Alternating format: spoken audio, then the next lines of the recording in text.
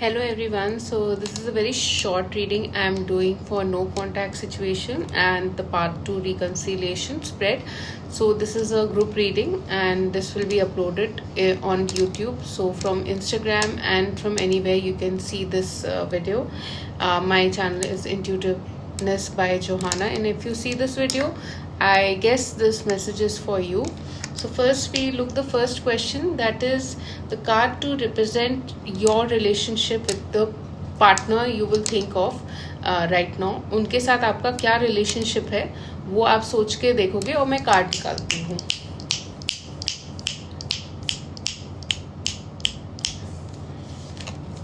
Okay, so your relationship is like hidden अभी right now. वो बंदा आपसे छुप रहा है, वो बंदा आपके साथ कुछ नहीं कर रहा है, मतलब he is cold, he is not looking at you, he is ignoring you, which we I can see from the cards very clearly. तो ये टैरेट स्प्रेड मुझे जो सबसे पहले बता रहा है कि बहुत ही डिस्टेंस आ चुका है आपके रिलेशनशिप में एंड बहुत ही ज़्यादा दूरियां बन चुकी हैं. तो उसको मेंट करने के लिए काफ़ी काम करना पड़ेगा, उनको भी देखना पड़ेगा, आपको भी देखना पड़ेगा कि how to go about it. So let's see the second question कि इसमें हीलिंग की क्या ज़रूरत है. What healings do you need.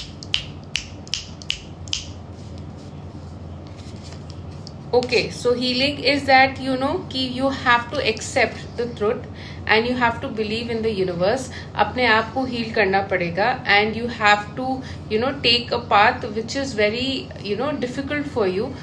So the next question is like coming that you have to heal yourself, you have to heal the situation. तो healing बहुत ज़रूरी है situation में, क्योंकि towards the reconciliation path बहुत difficult है. So self healing is very necessary.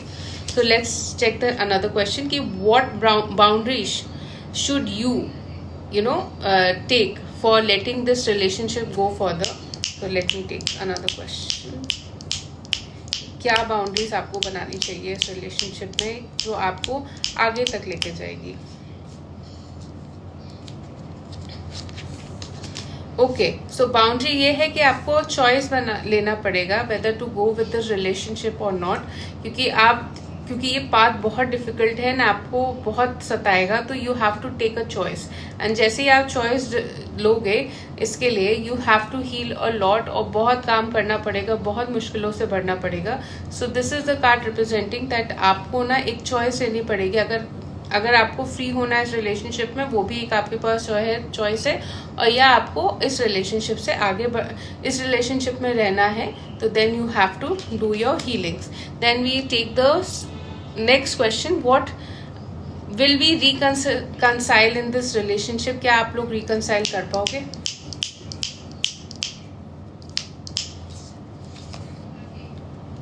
The answer is 100% yes. अगर आप अपनी हीलिंग्स करते हो, अपने आप को वो करते हो, क्योंकि lot of strength is required and lot of courage is required to be in this relationship. आइए दूसरा वाला कार्ड ये भी रिप्रेजेंट कर सकता है कि आपके सामने दो चॉइसेस आएंगी, तो आपको डिसाइड करना है कौन सी चॉइस चाहिए, और अगर आपने वो वाली चॉइस ली तो आप ज़रूर से रिकंसाइल करोगे. Then we move to another question, that is what is the future of your relationship.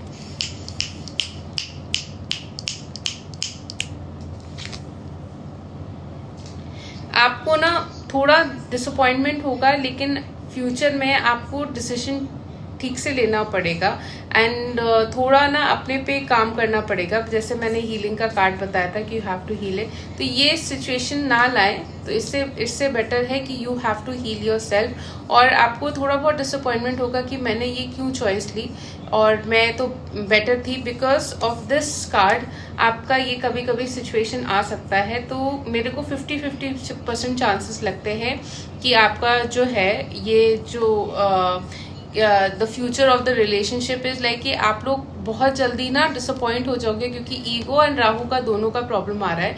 तो you have to work on that. Next question लेते हैं, whether their energy towards this connection, जो आपके पर्सन है उनकी energy towards this connection. Their energy is like they are pretty tired. या तो आपके फाइट्स हुए होंगे या कुछ हुए होंगे, तो they are pretty tired, they are moving away from this relationship. तो उसको रिलेशनशिप को वो एक एग्जॉस्ट हो चुके हैं, या आप एग्जॉस्ट हो चुके हो काम कर करके. तो ये कार्ड उसको रिप्रेजेंट करता है कि आप बहुत ज़्यादा एग्जॉस्ट हो चुके तो you have to keep working in this relationship. काफ़ी डिफिकल्ट पाथ है एंड उनको भी लग रहा है सब चीज़ ख़त्म हो चुकी है. उनकी एनर्जीज यही आ रही है कि सब चीज़ ख़त्म हो चुकी है and they want to move away, which is a very strange energy that I am experiencing today. Let's see the next question. Your energy towards this relationship. आपकी एनर्जी इस समय बहुत पोसेसिवनेस वाली है. आप रीजन आउट नहीं कर पा रहे हो, आप सोच नहीं पा रहे हो. आपको बस लग रहा है just to grab this relationship. You are not understanding the depth of the relationship कि रिलेशनशिप कहाँ तक जाएगा.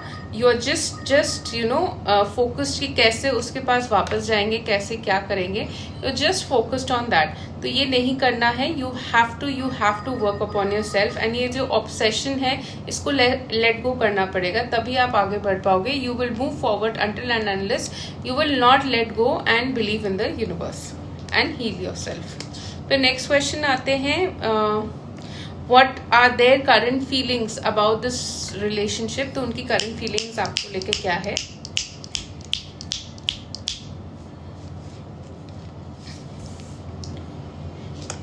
उनको ये लगता है कि आपके साथ रिलेशनशिप में वो आते हैं तो they have to work a lot. उनकी करंट फीलिंग्स अच्छी हैं आपको लेकर, बट वो लगता है कि हर बार जब ये होता है तो झगड़े होते हैं और चीज़ें इधर उधर होती हैं. तो it is better that you know I should consider moving away, but नहीं करना है. They consider you are a very, you know, they see you as a very hard-working, very sincere person. But when it comes to relationship, they think कि आपके साथ you know उनको रह के बहुत काम करना पड़ेगा. They have to work a lot when they are in this relationship.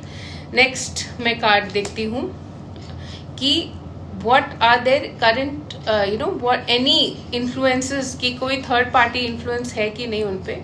मैं ये चेक करती हूँ. What are the influences. Yes there say influences. वो घिरे हुए हैं प्रॉब्लम से एंड वो सबकी बात सुनते हैं, सबसे एडवाइस भी लेते हैं. तो there are multiple people who are taking advice और उनसे इन्फ्लुएंस है कि whether to get into this relationship और नॉट. और वो सबकी सुन रहे हैं कहीं ना कहीं. तो this is the card which is very concerning कि एक की नहीं सुन रहे, काफ़ी लोगों की सुन रहे हैं वो. एंड कोई थर्ड पार्टी सिचुएशन नहीं है, लेकिन but the problem is that he is listening to many people which is not a good sign. And ये हम लोग को हीलिंग में, अपने थ्रू के हीलिंग में ये रोकना पड़ेगा. देन लास्ट क्वेश्चन है what do we expect from this relationship. Yes, communication is necessary, new beginning is necessary, healing is necessary. So this is bringing to the second last card कि आपको heal करना है, आपको अपना throat चक्र active करना है, आपको फ्रेश स्टार्ट करना है, आपको हील करना है अपने आप को. एंड अपने आप को थोड़ा यूनिवर्स पे डिपेंडेंट होना पड़ेगा to be free and to be you know reliable on the universe. क्योंकि वो ये कर रहे हैं तो आपको थोड़ा इस पे ध्यान हटाना है, ये एनर्जीज हटानी है. And you have to bring this energy of care free, you know starting a new beginning and you know not caring about this relationship. Possessiveness को हटाना है. You have to heal yourself so that कि ये situation ना आए.